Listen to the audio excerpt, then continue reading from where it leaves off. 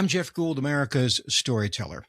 Why would a person want to get into politics? What kind of a hot mess is that? Well, if you were to ask a politician, could you trust their answer? Because they'd probably give you something, political. What if you talk to somebody who was a politician and now is retired? That's what we did.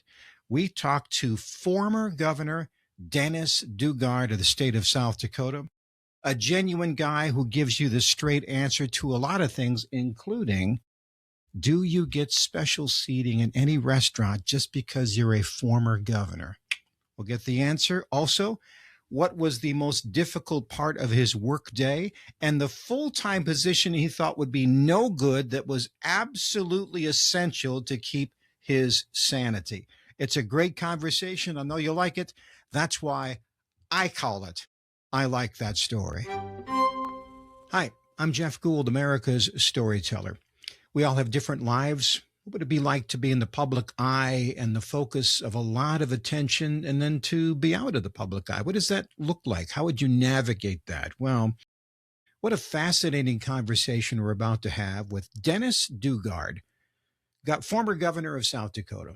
Grew up on a dairy farm in South Dakota, graduated from the University of South Dakota, USD, then went to Northwestern University Law School, worked as a trust officer at what is now U.S. Bank. The names keep changing, right?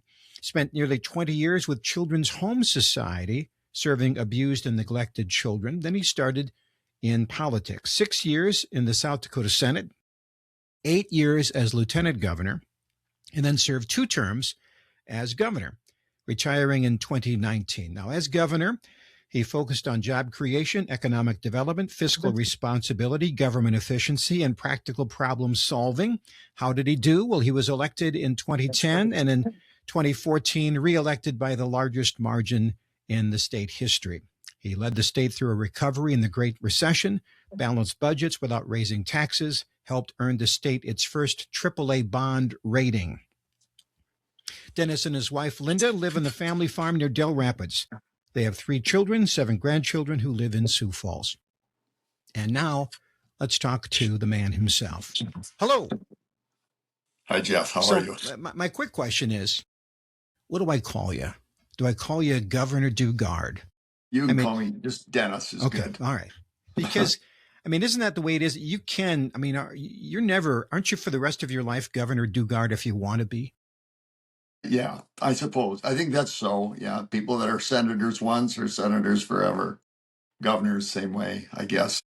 So if you're going to a fancy place and you want to get tickets, do you say, well, this is Governor Dugard? No, I don't do that. I think the person on the other end of the line, I'm sure, would think, oh, his nose is up in the air. Or sadly, if they're a certain age, who? Yeah. Okay. Yeah, listen, that's right. kid. That's right. Listen, kid. Yeah. So, are you at the family farm right now? Yes. Okay. Yes. So, this is where you grew up as a kid. Right. Not in this house. I grew up across the yard in an old farmhouse.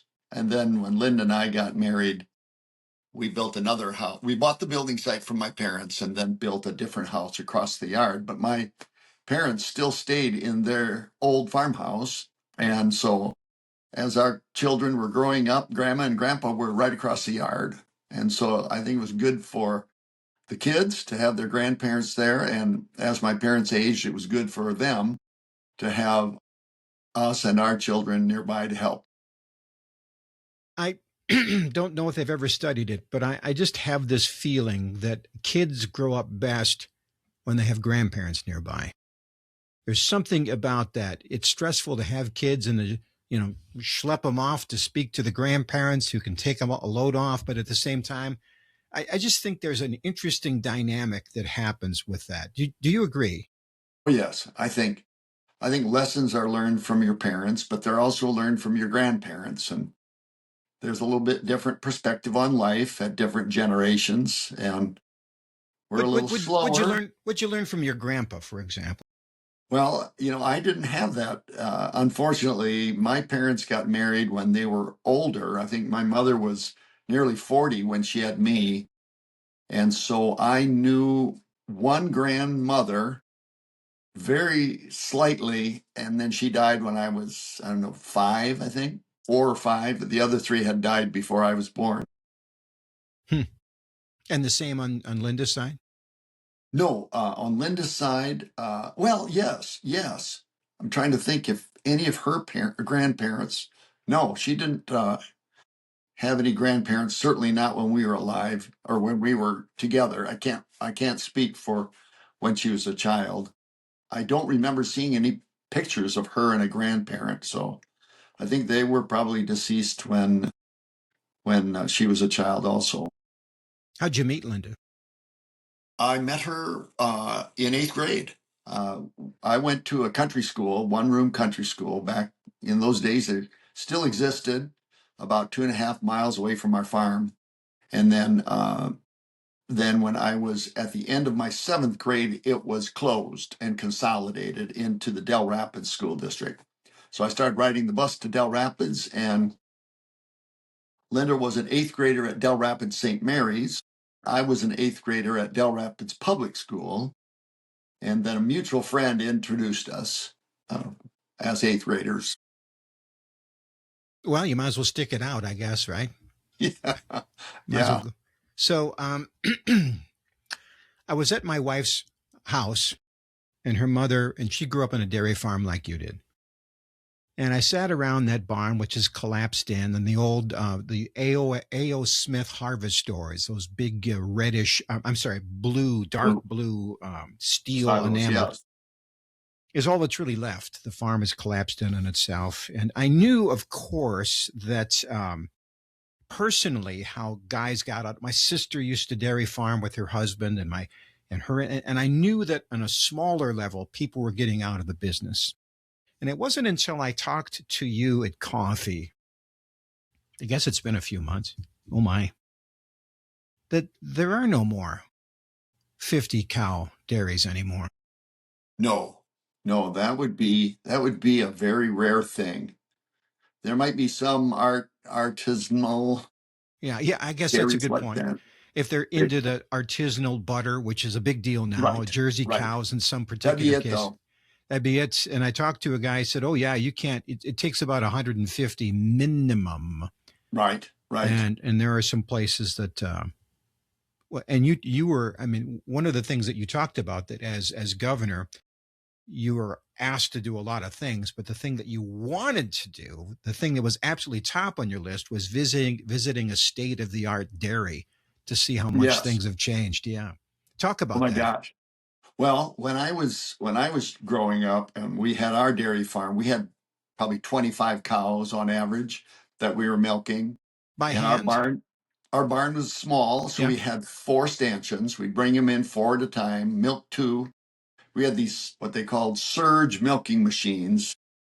You put a belt around the cow and hang these machines from the belt, and then we'd milk 2 at a time because we had 2 milkers, 2 machines. And then we'd move to those to the other 2, and then those 4 would go out and 4 more come in. So we would do that. Nowadays, the dairies that I've been to are 3,000, 5,000, 10,000 cows, and they're many of them are on a rotating platform, circular platform, like a carousel. Only instead of the carousel horses at the carnival facing the way the carousel's turning, the cows all face Mm, outward. They're mm. facing outward, or excuse me, inward. And then the milking fellows, people that are attaching the milking machine, they attach them, and by the time the cow makes one complete circle, these things are turning constantly, and then she's done milking probably. And yeah, it's quite the thing. And It's now a lot of it could even be done with robots, right? So maybe like, right. yeah. Hmm. Yes, I haven't seen any very large scale robotic, but there are some in South Dakota I know that have 300 cows milked robotically. And the cows they'll be in a free stall barn where they can move about wherever they please, sit down, lay down wherever they please, and they'll form social groups. It's very interesting. They'll form social groups, and there'll be a lead cow who's the leader of the group, and the others won't milk until she gets up to milk. The leader will get up, she'll go line up by the robotic milker, and she will choose how many times a day she's milked, 2 or 3. If she tries more than that, because there's feed offered, then her transponder will disallow it. But otherwise, she'll get up and go milk, and all her partners will go milk, and then they'll go back out and lie down and lounge around. They'll rub up against the roller brush to get their back scratched if they want to. It's really quite the thing. You know, I don't want to romanticize it too much, because running a dairy farm, that's a hard gig. It is. And yeah. my father-in-law, I just deeply admired him. His were stanchions, and they were the barn ceiling was low, and those cattle. I mean, you would squeeze by the back of those cattle, but maybe this is how much room you get between that and the wall. Why is that important? Well, if one of those cows was a heifer, or they didn't like you, they'd be watching for you. And when you looked the wrong way, they would line up and they would hit you in that kneecap, and you would go down. Yeah. And you know what you had to do 12 hours later? Go back. And that same cow was waiting. Yes, that's right. And think about that, 20 and 30 years, twice a day, every day. Yeah. Yeah, it's a ball and chain. It really is. And yet, you talk to any farmer, dairy farmer, when he sold the cows, it was a sad day too. Isn't that interesting? Yeah. Yes. Yeah. You get to know them a little bit. Yeah. The small herds, you do. So after law school, you didn't go into law necessarily. Well, you were a trust officer at a bank. Right. Yeah, I graduated, and then I worked in Chicago at a law firm for a little bit, and then worked for an insurance company for a little bit. And I had kind of a side gig. I saw this loft development going on, and this developer was leasing property with an option to buy. So I quit the law firm, and I borrowed some money from my sister and from another friend. And then I leased this loft area, and then I rented a sandblaster and sandblasted the brick, and rented a floor sander and sanded the maple floors. And then I turned it into a residence. And then, sure enough, the developer was successful, and he did convert to condominiums. So then I ended up buying it. And then, of course, when you buy some real estate, generally you have to take out a mortgage, and mortgage lenders don't like to lend money to people that don't have income. So I had to quickly get a job so I could apply for a mortgage and get one. So then I went to work for this insurance company for about a year and a half. And then I moved back to South Dakota, but I hadn't practiced law long enough in Illinois to get reciprocity. I passed the bar exam in Illinois, but in South Dakota, you had to take it again. And so I had to wait and study for the bar. And by the time I took the bar, my checkbook was objecting to the lack of funds. So I needed to get a job even before I knew whether I passed the bar or not. And there was an ad in the paper for a trust officer. So I took the job there. I did pass the bar, but then I just enjoyed the work, and I stayed there for about 10 years. So you never really practiced law per se? Not just for a year in Chicago. That was about it. Is that loft apartment still there? You ever go back to it? Yes, I have. I've been back to it. I kept it and rented it for a few years, and then sold it and did very well. I was very pleased with the outcome. But I have been back to the building. I didn't get into my old apartment, but I got into one next door and saw how it had changed. And the neighborhood is terrifically successful now. Back when I was there, it was sort of a sketchy neighborhood, but now it's very, very posh. Have you typed in Zillow and see what it's worth today? You ever do that? I have. It's worth more than 5 times what I sold it for. Of course, that was a long time ago, too. Sure. That's the way it happens. Well, God bless them. That's good. So you're a trust officer. What makes you start working for Children's Home Society? Well, one of my coworkers was on the board. Tom Shelby was his name, and Tom was on their board, and then had decided to take a job in Arizona to move up the ladder, I guess. And he told me he was leaving the state, and would I be interested in taking his place on this board? And didn't know anything about Children's Home Society, but I thought, well, yeah, community involvement's good. I'll join this nonprofit board. And so I joined the board and was on the board of directors for maybe 4 or 5 years, and became more and more interested in their mission. Mm-hmm. And then one day after a board meeting, the executive director asked me to hang around. And he said, we've got a foundation, but the director of the foundation left a couple of years ago, and I've just not been able to find anybody that can lead it. Do you know anybody? And I said, no, I really don't. And then he said, well, what about you? So this was his ploy all along. And so I interviewed for the job, and then they offered it to me, and then I turned it down. I thought, no, I'm a lawyer. I'm doing wills and trusts and estates in the bank, and I'm using my law degree. I'm a vice president. I've got a car. I've got a country club membership. I've got it made. And I shouldn't throw that over for a nonprofit fundraising job. Well, then I regretted it afterwards. Very shortly after, they hired somebody else. And then I went back to Dave Loving was his name, the director. I said, Dave, I made a mistake. If you have another opening at any time in any role, if you give me another chance, I'd like to come work for Children's Home. So then, how did you know? So that some people, I do these interviews to help people, right, live their own lives. Right. How old were you? Probably just a kid still, right? I would have been about 38. Okay. 37. Right. How did you know it was wrong? What made you know that? Well, as a trust officer, sometimes you administer estates or trusts. A lot of what you do is help people manage money. Mm-hmm. And some of them are fairly well off.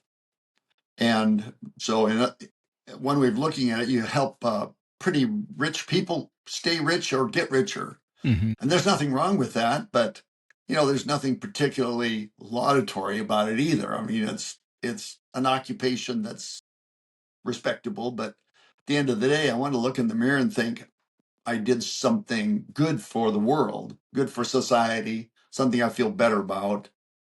And so I thought I would find that at Children's Home, and I did. Were you in politics while you were at Children's Home too? Yes, I started work at Children's Home in 1990, and then about 4 years later, I was approached to run for the legislature. And that year, though, in 1994, Children's Home was raising money in the Black Hills for a big project in the Black Hills at Black Hills Children's Home. And so I said, I did talk to Dave Loving, the director. I talked to my family, and they were all supportive, but realistically, it would be impossible to campaign because I'd be spending so much time in Rapid City raising money for Black Hills Children's Home. In fact, my wife and our family moved to the Black Hills Children's Home that summer and lived there so I could be in Rapid City every day and not lose touch with the kids and Linda. But then 2 years later, we were done in Rapid City and we were back on the farm. And so I ran, and the board was supportive and Dave was supportive. And so what I would do is I'd work at Children's Home all year and then take leave during the legislative session and live in a motel in Pierre for those 8 to 10 weeks, and then back to work at Children's Home after session goes over. Pierre's in the middle of the state. It's about 3 hours away from where you call home. Um, and you said you wanted to make a difference in the world. And other people would say, well, why would you get into politics then? I find that interesting. Everybody hates politicians, but they love the guy who's in their district somehow, right? Or he's a good Yeah. guy, or she's a good guy. It's like that with lawyers. They hate lawyers except for their lawyer. Right? So, I mean, what's to like about it? About politics? Yes. What's to like about it? One learns so much. You learn so much about how the state works and how taxes are appropriated and how the funding stream works and how those funding streams support different functions. You also meet great people. I've met so many people through involvement in politics that I would never have met had I not been involved in politics. Really meet great people that way. Now, you would think that the opposite, they'd be adversarial. And stay away from that guy or fists are going to fly. Yeah. You never saw it that way. Well, there are some people that you disagree with and you don't really appreciate their personalities that much. And listen to what he said. Don't really appreciate. Now, politics, obviously, is where you don't really appreciate their personality that much. All right. I like that. I used to call them jerks, but I like your phraseology better. I would say that's a minority, though. Most of the people that you can disagree with them and not find them disagreeable. Mm-hmm. And that was true most of the time. I disagree with people, but I still like them as people. And those with whom I agreed, I really like them as people. Right?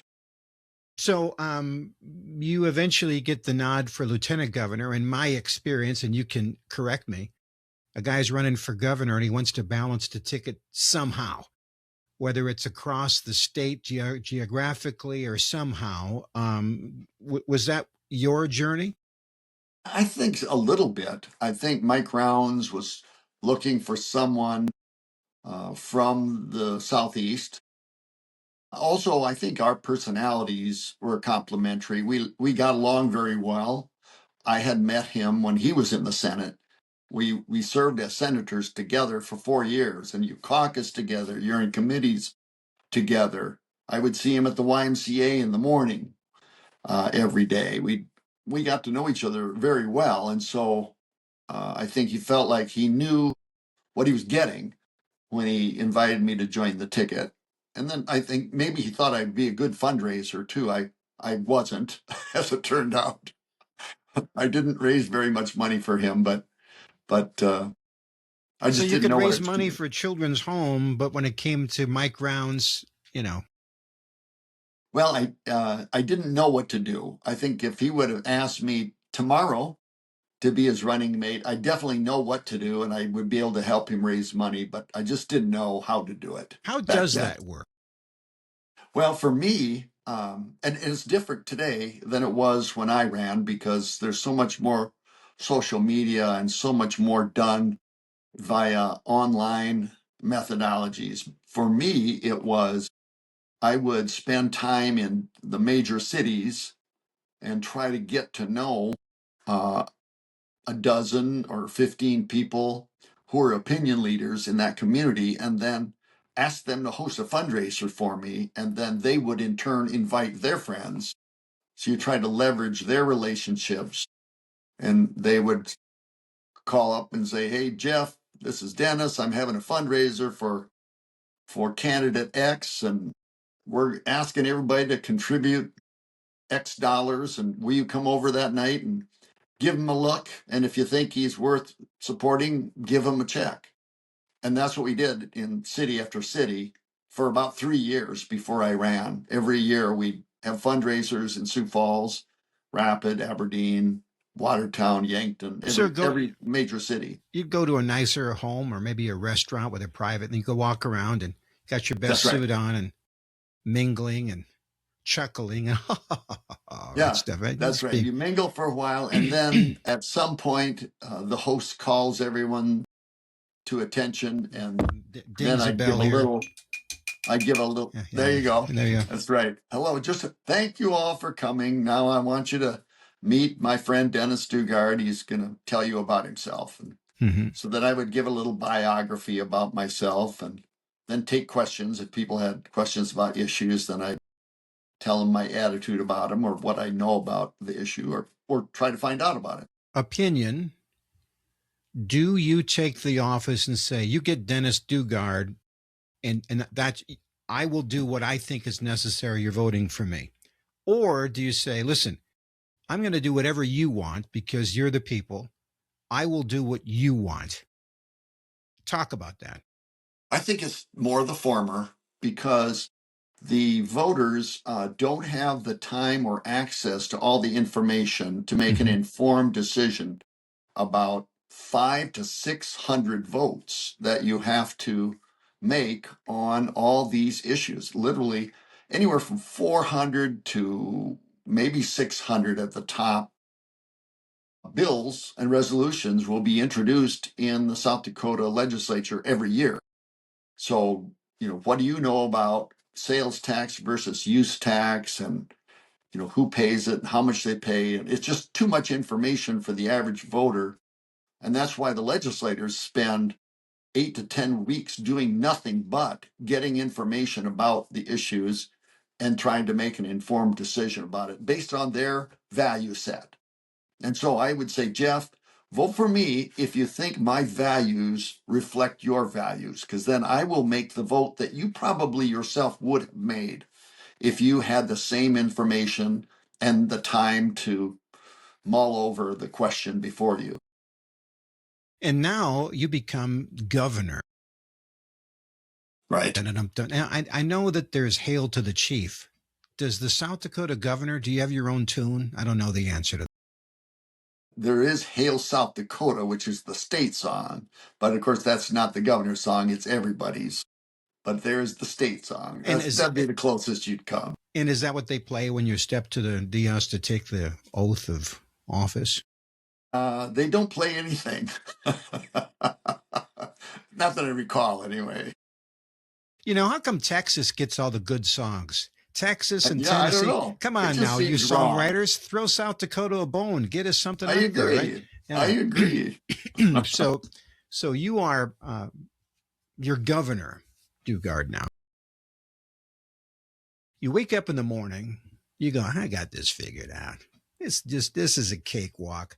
What percentage of your days are like, this is amazing. I can't believe they're paying me for this. And how much of it is like, I have no idea what's going on? Well, where are you at in that mix? Oh, I'd say it's somewhere in between. In the beginning, I tell you, the first year I really was very uncomfortable. And I think I had imposter syndrome a little bit, thinking, I just don't know that I'm up to this job. I don't know enough. But then you realize you know as much as most people, Mm-hmm. and probably more in many cases, since I spent 6 years in the Senate and 8 years as lieutenant governor. I had some preparatory work, so I had some background in taxes and budgeting and so on. Well, Notwithstanding that, the good news is that you look like a governor. I mean, you're like out of central casting. well, So thanks. all you have to Thank do you. is if somebody gives you a stumper, you just look at them and go, thank you. Good question. Thank you We're for your pondering input. it. We're pondering it right now. Right? And then you go back and Yes, say, now, what do yes. we do here? So, yeah. But I did the first year. I really, if people ask me, "How do you like being governor?" I sometimes said, "I really don't like it. I don't know that I'll run for reelection. Once I get done with this, I don't know that I will." But after the first couple of years, then you get used to it and understand. You're gonna if you work hard at it and do your best. That's all anybody can do. What didn't you And like about it? the hectic schedule. Mm. Scheduling is very demanding because you are confronted with such a multitude of issues and you've got such limited time. It's like being a legislator in some ways, but you have to lead a lot more rather than react. If you want to be a good governor, you can't just wait for a decision to come to you. You have to say, okay, what are some issues or some problems or some dilemmas that the state faces, and how can we identify a solution to those problems? So you're trying to get And ahead of it. So let's just say, trying to get ahead of it. oh, Yeah, oh boy, a our little bit. economy's not doing so good. What are we going to do to get ahead of this? If the economy goes south and income goes south and taxes go south, what do I need to do to get in front of that to steer a course? Is that in essence what's happening? Yeah, that's kind of it. Yeah. And What is I think too, it's just the first year that I just did not appreciate how demanding the schedule is. It's literally you the whole day is full of meeting after meeting after meeting, or performance after performance, where Jeff's got his annual meeting of the corn growers and they want you to come and speak to them. So you're not going to speak about gardening. You're going to talk about corn and the issues that are of interest to corn growers. So you need to educate yourself and then be ready and then travel to the place and do your thing and then travel back, and so it's demanding, physically demanding. so? Let's just pick a day. What time are you getting up? I get up about, well, when I was governor, I would Yes. get up about 6 o'clock. Okay, Yeah. 6 o'clock. Then And what? then usually exercise at home. And then I got a treadmill with a iPad. I can mount my iPad and I could read while I'm walking. I couldn't do it while I ran, so I adopted a walking. Mhm. And while you walk, then you read and get ready for some of the meetings that you have that day or that week. Or you get the monthly reports from the Department of Tourism or from the Department of Transportation about what they're Now, doing. normally I wake up with coffee for the caffeine, but I'm watching you watch the iPad and go brrr, stress level. Brrr. Okay, Yeah. so you're on the treadmill for how long? Like half an hour or so? About a half hour to 45 minutes, yeah. And then you hop and And then, take a shower, hop and do a suit, I suppose. Yeah. right, and then go over to the Capitol, and then on my desk will be a green folder, and in the folder is letters and emails, responses. So Jeff Gould, now this is unique to South Dakota because of the volume in other states would make this impossible. But when I was governor, if someone called, emailed, or wrote to the governor's office, you would get a response particular to your question or issue. So if you Now call, stop for a second. So you've got the green folder, Mhm. and Jeff says, "I don't like the potholes in my hometown." Right. You would pencil an answer, "Dear Jeff, sorry about the No, not me. When that came in, whoever's in charge of constituent concerns in the office would refer that to the Department of Transportation. Okay. And they would draft a response, proposed response. And that's what I'm reading. I would read Jeff's question and I would read the Department of Transportation's response written for me. Mm-hmm. And if I liked it, I would just sign it. If I didn't like it, I'd change it. Or I'd send it back and say, this is rude to Jeff, or this doesn't answer Jeff's question. And so that's I actually had a folder about this thick with all those things. It's not a stamp. You are actually signing it, and it's not some Right. aid. It's your Right. signature. No auto pen. No Okay. auto pen. Yeah. Right. Okay, so how long does the green folder take? Oh, about an hour, I'd say. About an hour. And What's then the next folder? You get a pink folder then? What's next? yeah, no. Then usually the meetings would start. Oh, the meetings. So I might meet with a group that, wants to develop residential housing in Aberdeen, or I'd meet with a group that is concerned about octane ratings in fuel, or I might meet with a legislator that wants to have this or that bill and wants my support. So they would say back in the day, Teddy Roosevelt would meet in 5-minute increments. And as you're walking across the carpet, he'd say, "Don't stand on ceremony, get to it," because he would have known all the stuff you're going to talk about. And then away you go. And while you left, he was reading a book. Now, that's obviously some guy who's on steroids. But so your job, I imagine, is you want to know a little bit before they just blindside you with this concept, right? Right. Okay. So usually we'd have meetings in half-hour to 1 hour increments. Okay. If it's a group, you really have to have at least an hour to give everybody a chance to say their piece. Mm-hmm. If it's an individual, you could generally do it in a half hour at most. And Depends on the situation. these meetings, we say we want to make ends meet and meetings end, but you found these meetings to be helpful to move the process forward, right? Yes. Okay. Yes. And also respectful to the constituents. Sure. Mm-hmm. Mm-hmm. Yeah.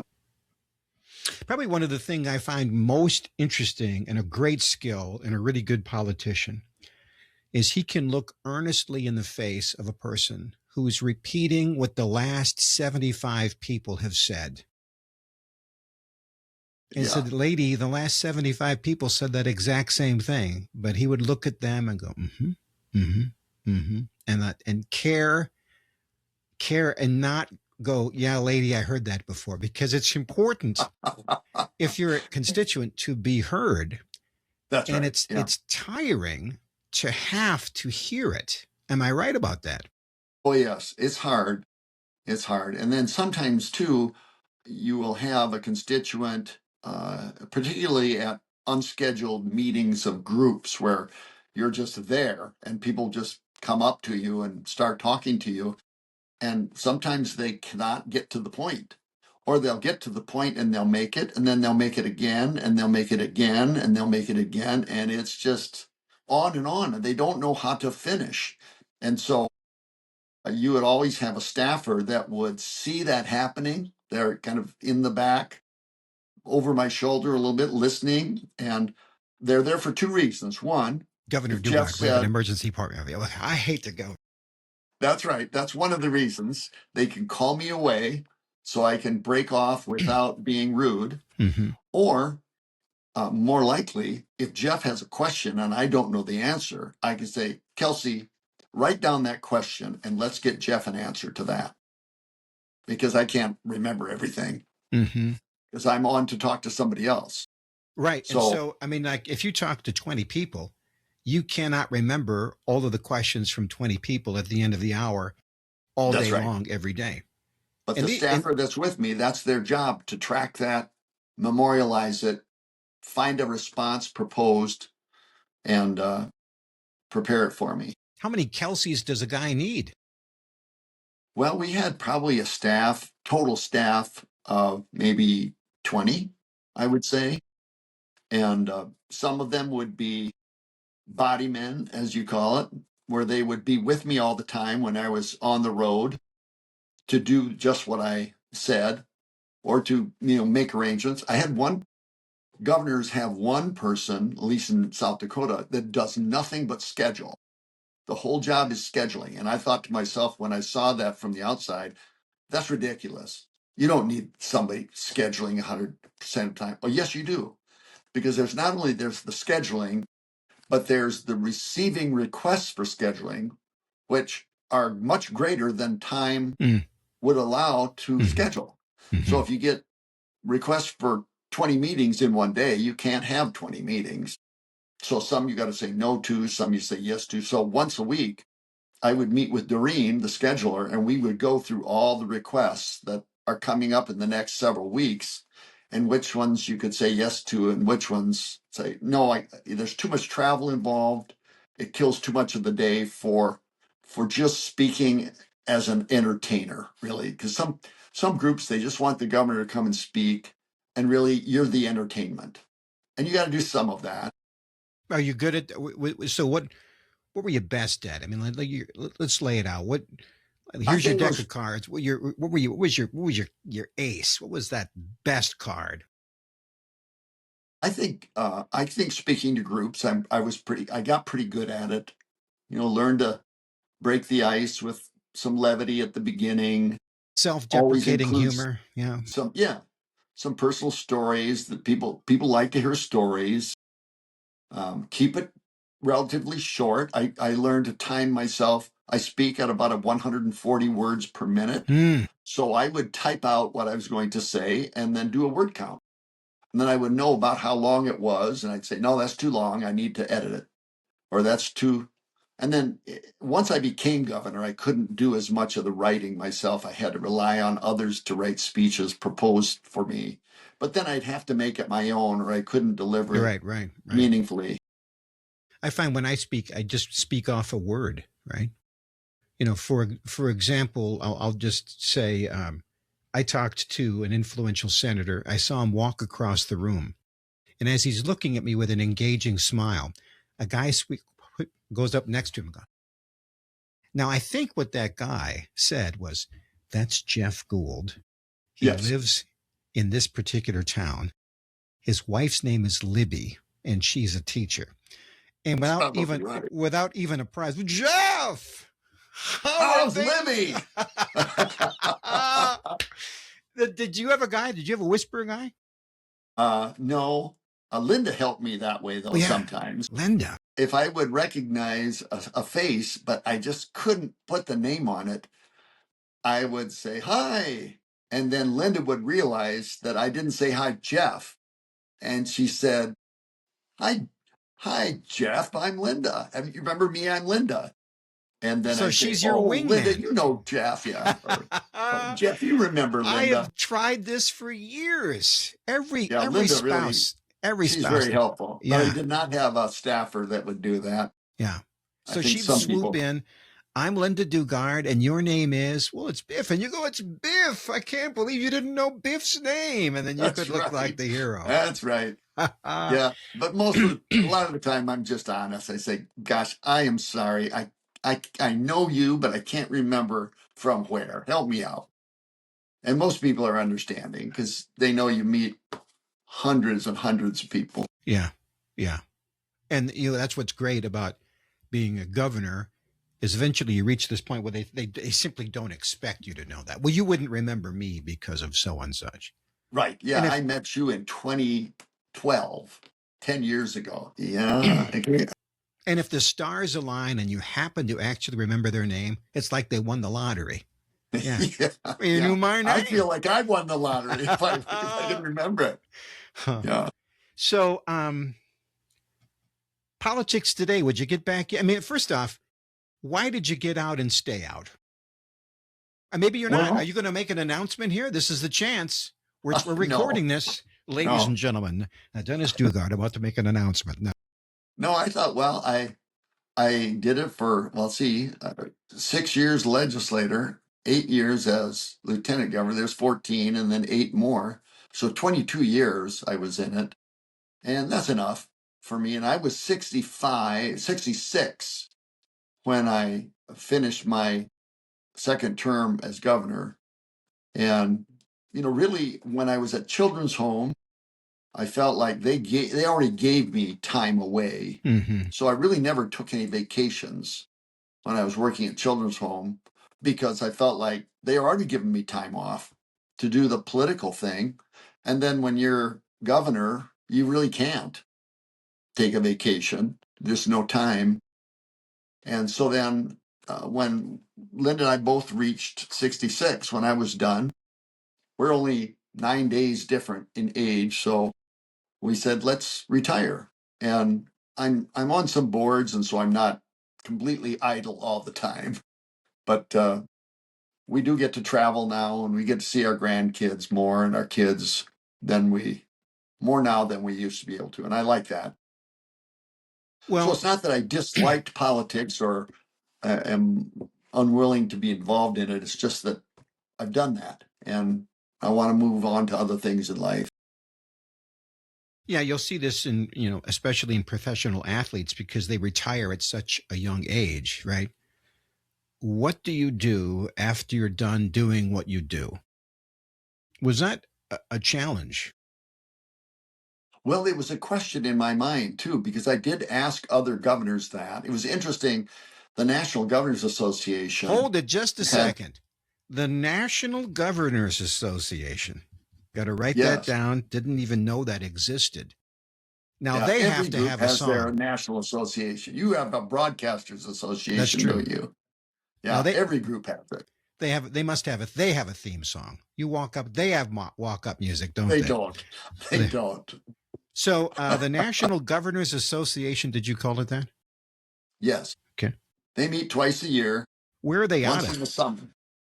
They're headquartered in Washington, D.C., and they meet in D.C. in February, every February, and then they meet in the summer at different parts around the United States. And do you go to these? Yeah, Everyone? yeah. Not everyone. I go if I can. I probably went to most of them, I would say. I always went in February because you have a chance to meet the president and some of the cabinet. And even though we're a f- we're we have a lot of autonomy at the state level, you're still dependent on the federal government in many ways for funding, for discretionary decisions that a state secretary of this or secretary of that can make. And so it's important to have relationships with those people, because to the extent that they can exercise their discretion favorably, it's more likely, if they like you and if they think you're a decent person, than if they don't know you at all, then they can be. So here's a slice of pie. And that pie is money. How much of that money comes from the feds? At the state level, Yeah. about a third, maybe a little over a third. So you're going there to get that third of a piece of pie, kind of, right? Kind of. Well, it's coming anyway. Yeah. It's more um, what strings are attached when it comes. And if I got a problem with one of the strings, can they untie it? Or can they wave it, cut it? Can you give me an Or, example of that? oh, for example, the Department of Transportation does not, in the past, and maybe I don't know if it's true today, but as an example, if you drive on the interstate east of Sioux Falls and you look to your right, there are high voltage transmission lines that line Interstate 90. Mm-hmm. And if you look at the armatures on those high volt transmission lines, they are all extending over the private property. They do not extend over the air above the ditch to the interstate. And that's a policy decision that the Department of Transportation makes. Can I run a transmission line that, even though the pole is on private property, can the arm extend into the airspace above the ditch on the interstate? Now, in my mind, a reasonable person would say, sure, you're not interfering with air traffic or anything. No truck or big oversized vehicle is going to come anywhere close to it. Somebody who drives into the ditch on a slippery, icy road isn't going to come across it. Mm-hmm. So yeah, go ahead. Well, no. Some people decided, no, that airspace is not to be intruded upon. So you look at those highline poles, and those arms do not extend into the airspace. Well, Mike Rounds and I went to the Department of Transportation and said, we want to allow that in South Dakota, because if it can extend on both sides, both the private and the public side, the foundations of those need not be so big, because the weight is balanced as opposed to just one side. And that's a discretionary decision that can be made in some cases, and was made in favor of South Dakota. Who was the Another guy? example. You remember talking to a guy like Stan? He said, okay, all right, I see your point. And It was the Secretary of Transportation at the time. I can't remember. Does he shake your hand and say done, or does he put a piece of paper, pull it off to the side? What happens? How's that deal go down? I don't remember that. There's probably a staffer in the room, and he said, Jim or Mary, let's make this happen. Yeah. His version of your Stephanie or whoever you had back in Pierre, keeping all track of all. Exactly. So, now, I heard anecdotally, have you ever heard this? That when they built the interstate system in emergencies, they wanted to be able to have, planes land on it. Have you ever heard about that? No, I haven't. Oh, all right. No, that might be true. I don't know. We're talking like military craft, right? Sure. Back in the Eisenhower days. Okay. All right. Yeah, it could be true. I don't know. Okay. So now you're out. Do people call you in and say, "Listen, Dennis, we need some help. We need some of your sage advice. Come on in," because I'm assuming you're still a Republican. Am I correct about that? Right. Yeah. Do they ever say, "Come on in here. Let's get some sage advice from old Dugard"? That would be a rare thing. Yeah. That would be unusual. I might get a call from someone who's running for office to say, help me understand what I should do. What should I do? In fact, I'm meeting with someone later this week for that Okay. very purpose. Do you ever in the counter say, look at like an ad and say, "What in the world are they doing?" And pick up Oh, the yeah. phone and say, "What are you doing here?" No, I don't pick up the phone. I'll just turn to Linda and say, that was awful, wasn't it? And she'll say, that was so bad. What is, when you talk about that, what is bad? What are they doing that you think is bad? Not authentic. It doesn't feel authentic, feels forced, and it's cartoonish. It insults the voter by pounding on things that are obviously exaggerations. And now some people must be influenced by that because you continue to see it again and again. But I do think it is not as effective as someone who's authentic, and it depends upon the ability of the candidate to communicate well. Mm-hmm. If a candidate comes across as authentic and earnest and honest, then you should get that guy on the camera. Get that person, that man or that woman, get them on camera and just let them say the message.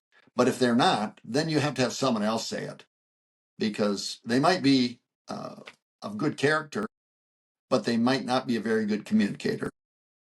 I think of, and when you are, you're not just a campaigner, you're a product. And you get all the geniuses who come in and say, "No, wear this tie, wear this suit." And they make the big dollars and they sweep in from some big city someplace. And they say, "Listen, this is what you're going to do." And they're very authoritative and they seem so certain. What do you do in that realm when you get the machine that tries to say, "Well, this is what you need to do and this is what's going to work"? How do you do that and maintain your own self?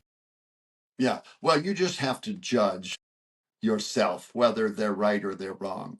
And we had consultants that would help when I ran for governor. And some, as soon as they made a suggestion, I'd say, that's right. I'm sure you're right. That makes sense. Let's do that. And sometimes they'd say something and I'd say, no, this is South Dakota. That might work back where you're from, but it doesn't work here. And we're not going to do that. You just have to know intuitively what's useful and helpful and what is not. Are you good at sensing, how far out can you predict an election? You got I'm terrible. You're terrible. I'm terrible at that. I don't know. Yeah. About the time I think I know, I am proven wrong. Are you discouraged by the state of acrimony in politics today? Yeah. Yeah, I am. I'm disappointed. What do you think what do you think that's about? Well, I think it's social media and our short attention span because of social media. We're used to getting everything in drips and in bites, sound bites. And it's also unfortunate that people who are most dramatic and bombastic end up being financially successful because of it. Because they can sell themselves as more of a product than as a problem solver. And you see that especially at the national level in Congress. The people that are the most well known are the people that are most extreme, it seems like. And the people that are the workhorses, not the show horses, they don't get any attention because they're keeping their head down, doing their job, working earnestly, but they're not financially successful because it's not as fun to watch them. And when you say financially successful, you mean at fundraising? Fundraising, yeah. Yeah. Well, we know this to be true. I'll tell you right now, because I'm interviewing you, I'll have more people watching this episode, just the way it is. Now, if I were to say something horribly rude, I could get all kinds of people clicking on it. It would be Right. mean, it would be insensitive, but you know what? I'd get 3 million hits. Yeah. And there's money attached to those hits. So it's not like when you and I were kids and you needed to be polite around your elders. It's the opposite.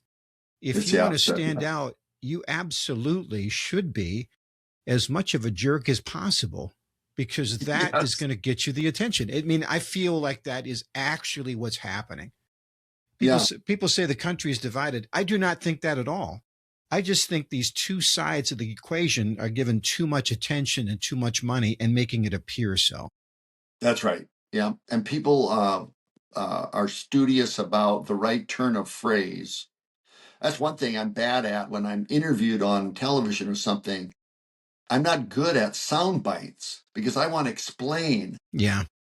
and it takes too long to explain. Instead, you just have to throw out something, and hopefully in a memorable way, if you want to get attention, have a turn of phrase that's especially striking. And I'm not good at that either. Hmm. Hmm. How long is a sound bite now? Do you remember? Well, 10 seconds. Yeah. Might be even tighter now.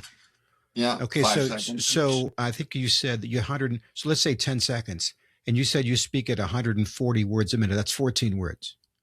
So in other Right. words, a good billboard should have less than 13 words. Yeah. So in a billboard, you have to say something that they will remember as they drive down the road. Yeah. And the trouble is, a lot of the things that are very, very important are also sadly very, very dull, right?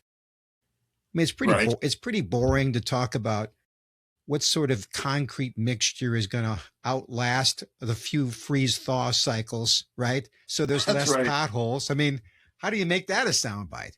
Yeah. So, Tough. so give me the best piece of advice you ever got. Uh, well, I experienced something that made me remember it as a piece of advice that I maybe learned rather than heard. And that was, I told you that I interviewed for the job at Children's Home, got the job offer, and turned it down. And then I went back to Dave Loving, who was a magnificent guy, and I said, Dave, I made a mistake, and if you ever have an opening that I could fill, I'd sure appreciate a second chance. And he said, we will make an opening. And that struck me. And I've told this to many people since then, that if you find someone that's looking or that can help you or your organization, even if you don't have the slot for them, make a slot, because then they can pivot into those things that they're talented most doing, but they can help your organization. So don't squander the opportunity to get talent just because you don't have the perfect slot. Make a slot and get that talented person in your organization. And I've done that before. So let's say you're talking to the 20-year-old version of yourself or our 20-year-old listener today. Okay. Give them some advice. Well, I would say if you're looking to advance your career in some field or other, then distinguish yourself from your competitors in some way. So let's say psychology. A lot of people take psychology as as a baccalaureate degree, and it's probably the most common 4-year degree in America, psychology. So if you're going to graduate with a psychology bachelor's, what are you going to do with that? Because you've got hundreds of others with that. Well, distinguish yourself by getting internships, interviewing with people, or just meeting people who are in the field where you want to gain entrance. Accept the job at a organization that has psychologists, even though you're not being a psychologist, just so you can develop relationships with people who can advance your career just because of their position. So I would tell people, figure out ways to distinguish yourself from your competition as you look to to move up in your career. Now, with the low unemployment rate, that's probably not all that essential anymore because the jobs are many and varied out there these days. So Wasn't the case that's when I was something. starting out. Maybe not the case for you. I heard there's a book title. You don't even have to read the book because the book title says How to Be the Obvious Choice. Oh, yeah. And I think about that book title all the time. You want to be to a place when they say, we need to do such and so. Well, you want to talk to Dennis Dugard then. Yeah, Well, he's why the would I? Well, obvious he's the choice. obvious choice. Listen, Yes. we need a liaison to go to the National Organization of Governors, and we need somebody from South. Well, it's Dennis Dugard. There you go. So now let me ask a question about those governors. I Okay. mean, you are not a governor now, but you still go to these things as alumni governors. Is that right? Or I mean, You like, can. You're invited. I and get invited. I have not been to the National Governors Association meetings since getting out of office. Just it hasn't worked out. I wouldn't mind going because they have very interesting programs and you learn a lot. so I mean, are you pals with like like Virginia, North Dakota? You got some buddies back in your Oh, gubernatorial yes. days, yeah. Yes. I got to know Jack Dalrymple, the governor of North Dakota, very, very well. We still communicate a bit. Um, the governor of Wyoming, Matt Mead, got to know him pretty well. Uh, Governor of Wisconsin, Scott Walker, he ran for governor or ran for president. Got to know him. In fact, the governor of Michigan, former governor of Michigan, Rick Snyder, he's coming to South Dakota here later this fall, and we're going to get together. Now, listen, throw down that governor thing. You want some good seats at a restaurant. Don't be humble. I don't. You need to show this guy the very best we have to offer. Don't just be given your regular name. Throw down. Well, what I'll do is I'll just say I have with me the former governor of Michigan, so I'd sure like to have a nice seat. That way, I don't come off as That Mr. sounds Cocky. good. That sounds Yeah. good. Yeah. So, hmm. It, let's say you could have lunch with anybody in the world that's alive today. Yeah. Who would you ask? You know, I don't know that I'd enjoy lunch with anyone more than I'd enjoy with one of my kids. It's their lives are so busy now. Okay, It's hard to get now, time wait with a them. minute. We're not running for office anymore. We're No, not, no, it's okay. true. It's true. You know, I thought about that question because I saw it among questions you might ask about, and I thought to myself, well, you know, is there someone in the political world or in the entertainment world or in the broadcasting world or the journalism world? And I couldn't think of anybody that I really wanted to have lunch with. I think I'd rather have lunch with someone that I know and love and spend time with them. I think I find that more rewarding. I will say that as we get older, we have the family gatherings and they're all jammed in the house and the volume Right. is allowing and there's too many people. It's like being at your own wedding. That's right. To your point, to have a quiet lunch with one of your children at a cafe and just enjoy their company is delightful. It's delightful. That's right. And I don't think that adult children understand that. I don't think they appreciate. They think, oh yeah, but what do you really want? That is what I really want. Just a conversation. Yeah. Best book you read in the last 12 months or so? You know, I'm in a book club and we meet every month. Is this a governor's book club? No, it's just myself and four other guys. It was organized by one of them, and I was lucky enough to be invited. And we've had other people say, hey, I'd like to be in your club. And the organizer said, nope, 5. There's 5 of us, and that's all there's ever going to be. And so we take turns picking a book.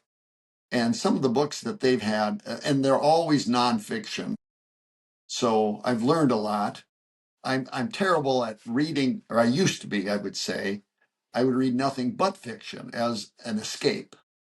But now that I'm reading more nonfiction, I guess I feel I'm learning a lot more. One of the books I read is, I can't remember the name of it, but it's The Conquest of New Spain, I think it was, by a guy named Bernal Diaz. And it's an old book. It was written by someone who accompanied Cortez when he conquered Mexico and defeated Montezuma. And so the description of the battles that were fought against the various tribes in Mexico and the approach to what is now Mexico City, it's just fascinating. Brutal. Just brutal, but very interesting. Very interesting. I find that I do love a good fiction book, but so much of it is derivative. If I already know what's going to happen by the third chapter, it's kind of hard, right? Yes. And yet, for reasons that are perplexing to me, nonfiction is always surprising. I'm always surprised by nonfiction. And I think, wait a minute. Why would what actually happened surprise me more than anything I could possibly dream up? And yet that seems to be the case, doesn't it? Yeah. Some of the books are a little bit of a slog. Mm-hmm. There's so much fact that it's not a story. And I like people that can turn a history into a story. Mm-hmm. Mm-hmm. And it should be. That's the root of the word history is story, right? Yeah, that's right. In fact, that's when I do America's Story. That's why I do it, because, we happen to be living in the most remarkable story of human governments. And I think I didn't say excellent. I just said most remarkable. I think thousands of years after the story is over, they're going to say, what was that? That was remarkable. I mean, think about that. You are a miniature nation inside a union of nations. So you get like 50 different petri dishes, called states.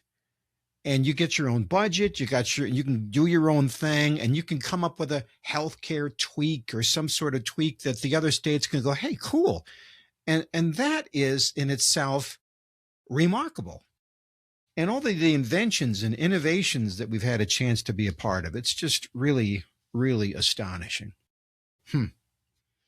Well, I think it's time for one more question. I did not say this at the beginning of the episode, but as you can say, first off, thank you. I mean, you're a nice man. I mean, I asked if you would appear do you get asked to do these a lot? No, I wouldn't say. I get asked to do a lot of things, but not podcasts that much. I've done a couple. And what I want to let you know is that as a guy who used to be in journalism, I never liked the soundbite, because the soundbite only is a slight representative of the whole answer. Right. And so when we put this out, they're going to get 100% you. So nothing's edited out. So if it doesn't turn out well, this is all on you. I didn't do anything. Okay. Poor listener. You can ask me one question only. I know it's not fair. I never achieved anything in this life. I'm not even dog catcher, but there it is. Governor Dugard, you only get to ask me one question. Go ahead. Well, I would be interested in how you came from a broadcasting career to becoming a storyteller, as opposed to what other broadcasters or journalists might do, because I do think you have evolved a talent that many others don't have that are in broadcasting. How did you get that? How did you refine that? A number of years ago, and I've been asked that for a long time. And I think people who are naturally good at something dismiss it, like natural athletes. Well, I just simply run 1,000,000 miles an hour, right? And so, of course, I have perfect pitch. I've always had it. I've always had the ability to tell a story, but it was only in recent history that I started thinking, but why and what is a good story? And I've came to this realization really in the past day. So your timing is perfect. Have you noticed that when you see something interesting, if you turn it into a story, it seeps deeper in your brain and it teaches you a lesson that nothing else can do. So for example, yesterday, I'm at my mother-in-law's place. They live out in southeastern Minnesota. And I happened to see something that's rare, but common, hummingbirds. There's like 4 of them. And they make no sound unless they make a sound. And that sound is indescribable. So I'm watching those hummingbirds and thinking, how would I describe that? How would I even write this as a story? What is it about this that's really cool? What is it? Well, I came up with the sound of a cat purring. That's fairly similar to a hummingbird wings. And when I wrote the story, I needed to put in the smell of the dew. I needed to put in the picture of the fawns and the doe in the background up by the dam. I needed to put into this story that my mother-in-law is 87, and I just don't know how many more times I'll be able to have this precious moment. And when I turned that into a story, I captured a memory for myself and a lesson for myself. And that's what I love about stories. Did that answer your question? Yeah. Now, when you recount a story, do you have, that's the second question. No, go ahead. I'll give you one more. All right. When you recount a story, is there a kind of a formula you try to follow that let's do these 3 steps because the listener will enjoy it the most if I do this? Okay, so that's great. That's a good question. And for those of you who are interested in speaking or doing podcasting, this is what you learn. The most important sentence is the last sentence. The second most important sentence is the first sentence.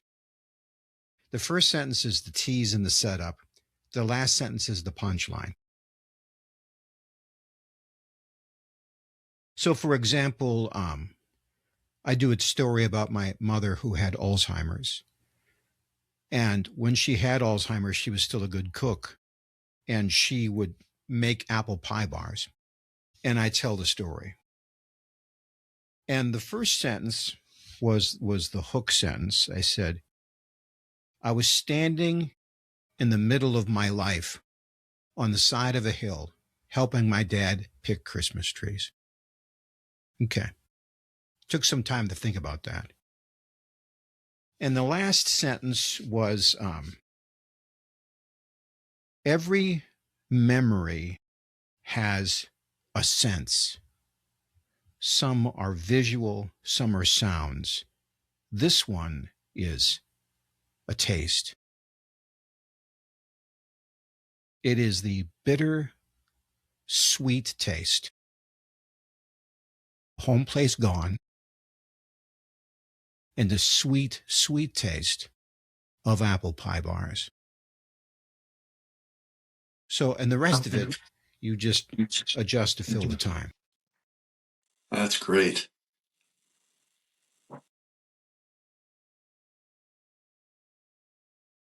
Well, now you got me thinking. And that's what I love. I love thinking. I love being curious. I love these conversations. I mean, it's interesting, right? I mean, if I were to just arrange to talk to you on a street corner, we wouldn't have talked for an hour and 20 minutes.